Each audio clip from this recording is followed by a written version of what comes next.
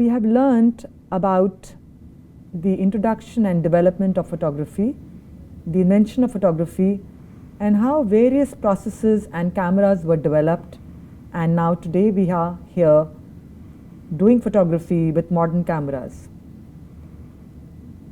The history of photojournalism is very rich, and it relates to the use of photography for reporting on facts, on events, on people, on life and history. In photojournalism, there is a great history of notable people who have contributed to bringing to the world pictures and images that report stories, both packed with information and emotion. Information is most important, and correct information, but telling the photographs in the context with a sensitivity to the subject as well as photography ethics is what we are going to learn in this course. Today, we are going to discuss the history of photojournalism. How did photojournalism begin? Who were the people who really contributed to develop the field of photojournalism? And we hope that this knowledge of history of photojournalism will inspire you in your own path of becoming a photojournalist. So, what is photojournalism? Photojournalism is conveying an idea or an event through or by a single photograph or a series of photographs. Who then is a photojournalist? A photojournalist is the one who does what we mentioned earlier, conveying an idea through a photograph or a series of pictures. Now, why do you call only a newspaper photographer a photojournalist and others not? For example, somebody who is covering a wedding or a birthday party, he is also conveying an idea of the wedding or a party, or for that matter any industrial product, industrial photography. Why isn't he called a photojournalist? So, the term photojournalist has generally come to mean somebody who is working for a newspaper or a magazine. In the stricter sense, photojournalist combines photography and journalism. Journalism is the written part of it, and photography is the picture part of it. So, a photojournalist in the strictest sense would be the one who is able to photograph as well as write a few lines about it. Then he can be called a photojournalist. The only thing that I would like to add here, that the photojournalist could be a he or a she, that it is not necessary that only the male photographers could be photojournalists. We have many women who have contributed to the field of photojournalism, and it is usually a convention that we say he, but when we do say he, let's remember that we are referring to all the genders and to people beyond the genders as well. The gender does not matter. What matters is the person who, with his or her or their sensitivity, their knowledge, their skills, getting you through their cameras moments captured to be preserved and to be told to people across time and over time. Let's find out now about the pioneering photojournalists who contributed to the development of photojournalism. Roger Fenton, born 1819, died 1869. Roger Fenton was perhaps the first photojournalist. Those days, photojournalism was basically covering the war. Fenton covered the Crimean War, and look at the equipment, the cart which he has used to take his equipment. It was probably in the wet collodion days where the photographer himself had to coat or synthesize the plate before he shot.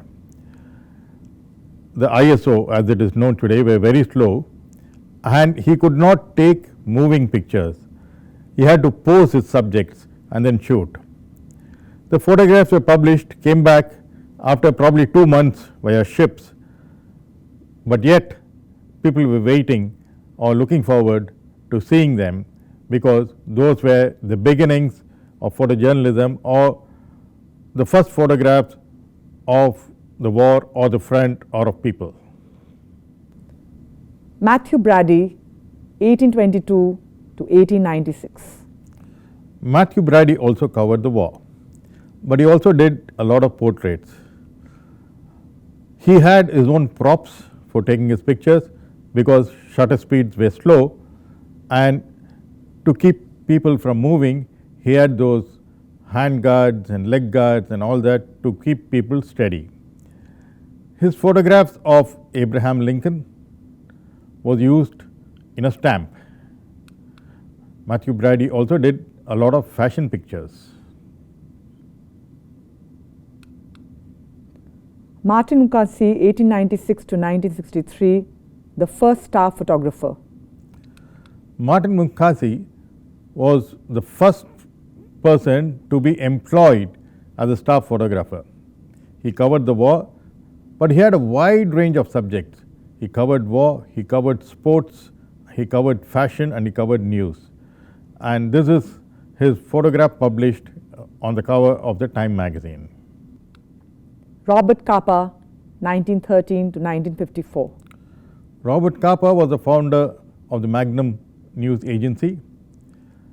He covered basically the war, and as I told you earlier, most of the earlier photojournalists covered the war.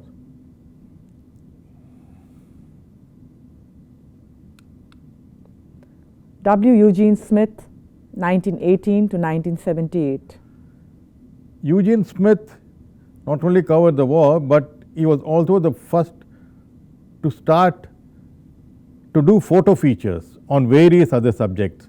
He covered a disease in Japan, he covered various other topics, photojournalistic topics. He even started writing about those. So he could probably say the first, in the strictest term, the photojournalist who shot as well as wrote something about them. Tony Vaccaro, born in 1922. Tony Vaccaro is the only living of those earlier photographers, and he covered the war. He was a soldier, at the same time took his photographs, covered the war, and he used to develop his films in his helmet. Henri Cartier-Bresson, born in 1908, died 2004. Henri Cartier-Bresson was the one who popularized the Leica camera. When he got the camera, he had to enlist for the war. He buried his camera underground. Then he was captured, he escaped, and then he was captured again, put into solitary confinement, and when he was released, when the war ended, he dug up his camera and started using it again. Henri Cartier-Bresson has visited India several times.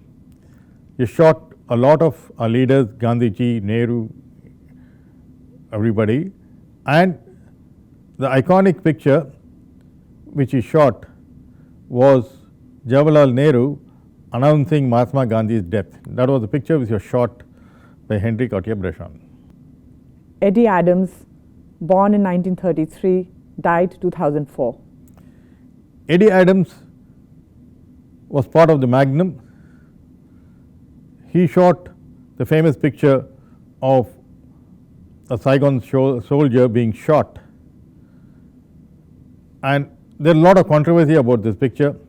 Some people say that it was posed and it was soldiers, those time people were shot just to please or just for the sake of pictures, but how far is it true we do not know.